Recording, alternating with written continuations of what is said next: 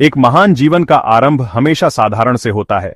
ऐसे ही एक साधारण परिवार में 14 अप्रैल 1891 को मध्य प्रदेश के महू में बाबा साहेब भीमराव अंबेडकर का जन्म हुआ। उनके पिता सेना में थे, माता धार्मिक प्रवृत्ति की, पर बचपन से ही उन्हें जातिगत भेदभाव का सामना करना पड़ा। यह भेदभाव उनकी शिक्षा में बाधा न बन सका।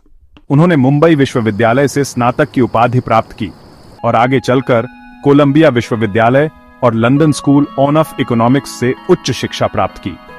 यह उनकी अदम्य जिजीविषा का ही परिणाम था कि उन्होंने तमाम बाधाओं को पार करते हुए कानून और अर्थशास्त्र में डॉक्टरेट की उपाधि प्राप्त की। यह ज्ञान की प्यास ही थी जो उन्हें जीवन पर्यंत सींचती रही। उनके गुरुजन भी उनकी प्रतिभा से प्रभावित हुए बिना न रह सके। उनके एक गुरु जो स्वयं उच्च जाति के थे, उन्हें अपना उपनाम अंबेडकर देकर गौरवान्वित हुए। यह नाम बाबा साहेब के जीवन का पर्याय बन गया। उनकी शिक्षा का उद्देश्य केवल डिग्रियां हासिल करना नहीं था, बल्कि समाज के वंचित वर्ग को शिक्षित और सशक्त बनाना था। वे जानते थे कि शिक्षा ही वह हथियार है जो समाज से अज्ञानता और भेदभाव को मिटा सकता है।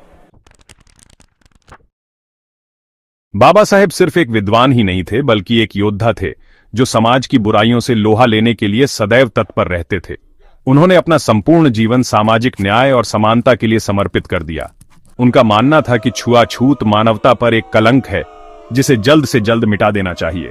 महाड़ सत्याग्रह के दौरान उन्होंने दलितों के लिए सार्वजनिक जलाशयों के उपयोग के अधिकार की मांग की।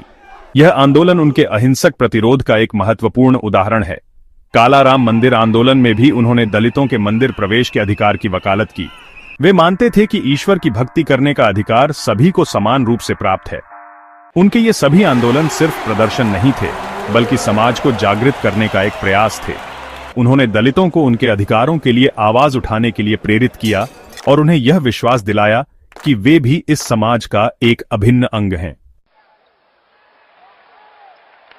भारत की आजादी के बाद बाबा साहेब को देश के पहले कानून मंत्री के रूप में नियुक्त किया गया, पर उनका सबसे बड़ा योगदान भारतीय संविधान का निर्माण था। उन्हें संविधान मसौदा समिति का अध्यक्ष बनाया गया।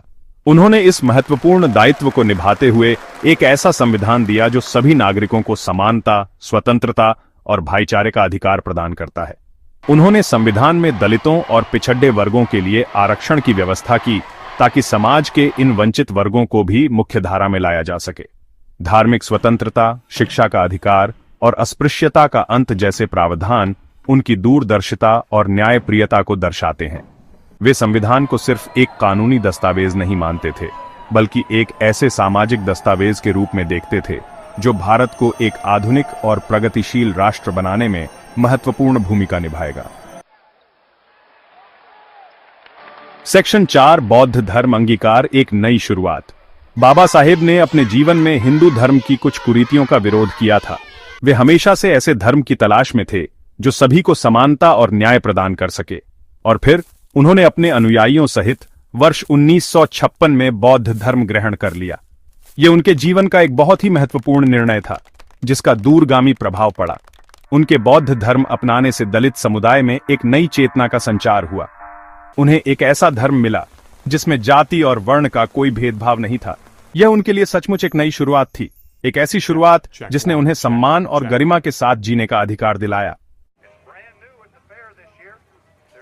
सेक्शन 5 अमर विरासत, प्रेरणा के स्तंभ। 6 दिसंबर 1956 को बाबा साहेब हमें अलविदा कह गए, लेकिन उनके विचार और आदर्श आज भी हमें प्रेरित करते हैं। वे सिर्फ दलितों के नेता नहीं थे, बल्कि संपूर्ण मानवता के हितैषी थे। उनका जीवन संघर्ष और सफलता की गाथा है। उन्होंने यह सिद्ध किया कि प्रतिभा और मेहनत से कोई भी बाधा पार की जा सकती है।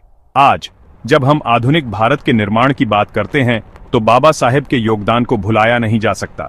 वे आधुनिक भारत के शिल्पी थे जिन्होंने हमें एक ऐसा संविधान दिया जो सभी को बराबरी का अधिकार देता है। उनका जीवन और कार्य हमें यह याद दिलाते हैं कि हमें निरंतर समाज से अन्याय और भेदभाव के खिलाफ लड़ते रहना है।